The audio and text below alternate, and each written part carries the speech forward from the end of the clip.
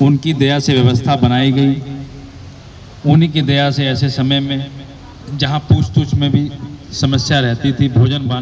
खाने पीने की समस्या थी, रहने में समस्याएं थी, यानी संगत के आपके संकल्प को, प्रचार के संकल्प को पूज्य हुजूर महाराज जी ने जाना समझा कि भाई ये संगत बिना किसी लाभ के आदेश को मानना चाहती और गुरु महाराज के प्रचार के काम को करना चाहती। नहीं तो इससे पहले यही देखो होता था, अपने नाम के लिए आप 15,000 20,000 रुपये खर्च कर दिया, संगत में खर्च कर दिया, यहाँ भंडारा प्रोग्राम कर दिया, लेकिन यदि मथुरा से कोई आदेश आ जाए उसको मानने समझने में हम कितना संकोच करने लग जाते हैं कि भाई ये कौन सा हमारा काम है, कोई हमारे लिए ज़रूरी नहीं है। लेकिन ऐसी विपत्ति यदि घर पे पड़ जाए,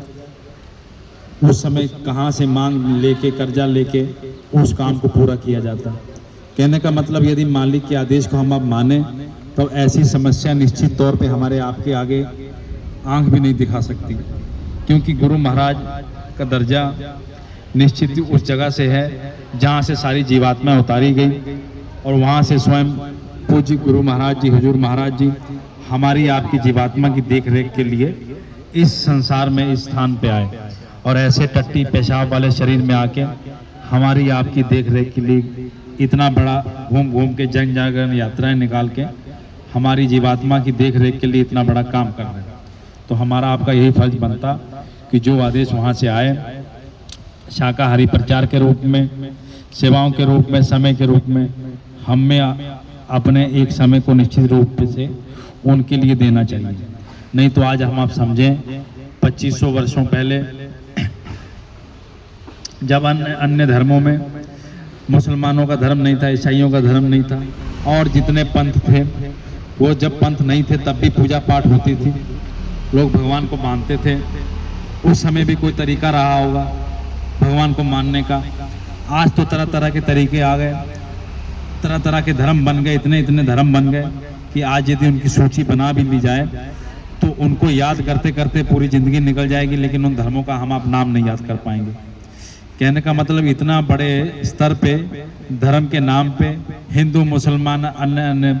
विचारधाराओं में लोग बट गए, लेकिन असली पूजा को भूल गए। पत्थर की पूजा की जा रही,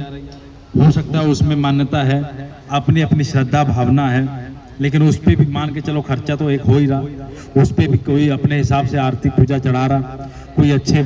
थाली चढ़ा रहा, बर्तन चढ़ा रहा, कोई सोने की चांदी थाली की चांदी थाली के रूप में दे रहे, और साड़ी के रूप में माता को चढ़ाया जा रहा। कहने का मतलब अपने हिसाब से खर्चे के रूप में, छोटा आदमी छोटे खर्चा, बड़ा आदमी बड़ा खर्चा, अपनी अपनी मान्यता के रूप में, श्रद्धा के रूप में, पत्थरों पे, पीपलों पे, इन सब में अपनी आय का एक हिस्सा दे रहा। अब इसका कुछ ना कुछ लाभ भी मिल रहा है, लेकिन ये कहा जाए कि इससे मुक्ति मिल जाए, ये असंभव है। इससे ये लाभ मिल सकता कि धनी मानी हो जाओगे, लुधियाना शहर में अच्छा घर मकान हो जाएगा, छोटी झोपड़ी से निकल के बड़े घर में चले जाओगे, बड़े डॉक्टर इंजीनियर बन गए, यानी लौकिक सुख हमको आपको मिल सकता है, लेकिन इसमें कोई मुक्ति हमको आपको कभी मिलने वाली नहीं। इसी हिसाब से देखो मुसलमानों में, हिंदुओं में एक धर्म तो ये कह रहा है कि गाय को आप मारो, काटो, खाओ, इससे आपको मुक्ति मिलेगी, इससे अल्लाह खुश होगा। लेकिन दूसरा धर्म ये कह रहा है कि इसकी पूजा करो, इसको मारो मत, इसकी पूजा करो, इससे आपको मुक्ति मिलेगी। हालांकि दोनों में मुक्ति नहीं। भगवान ने तो ये उनकी एक लीला कही जा सकती कि अलग अलग धर्म पंथ बना दिए, कैसी उनकी लीला ये तो उन्हें वही जाने। लेकिन हमको आपको ये समझना चाहिए कि भाई मुक्ति के लिए एक रास्ता जिसको गुरु महाराज ने हमारे आपके सामने उजागर कर दिया, रख दिया, एक अच्छा भेद हमारे आपके सामने रख दिया, जिसको हम आप सभी जानते नहीं थे, मानते नहीं थे। नहीं तो आज हम आप भी यही पूजा जो देश दुनिया कर रही, शाम को तो अपना दिन में पूजा पाठ किया, लेकिन शाम को आप मछली खा गए, अंडा खा गए, शराब पी गए, और उसी को पूजा समझा जा रहा है। गुरु महाराज ने इसका भेद हमारे आपके सामने ला के रख दिया। पूज्य हुजूर महाराज जी जन जागरण करके, घूम यात्रा करके, काफिला करके इसको कड़े रूप में सबके सामने उजागर कर दिया। काल के देश में अपना डंका बजा के महात्मा घूम रहे, और इसको उजागर करते हुए जीवात्माओं को कल्याण का रास्ता खुले रूप से, खुले मन से संगतों के बीच में नए जीवों को जगाने का काम करते हुए महात्मा अपने इस बिगुल को फूके हुए। तो हमको आपको समझना चाहिए कि इतने बड़े महात्मा जब इस स्तर पे अपनी मेहनत कर रहे हैं और काल देश में जीवात्माओं को बचाने का काम कर रहे हैं, तो ये हमारी आपकी जीवात्मा के कल्याण के लिए इतना बड़ा केस ये महात्मा लड़ रहे हैं।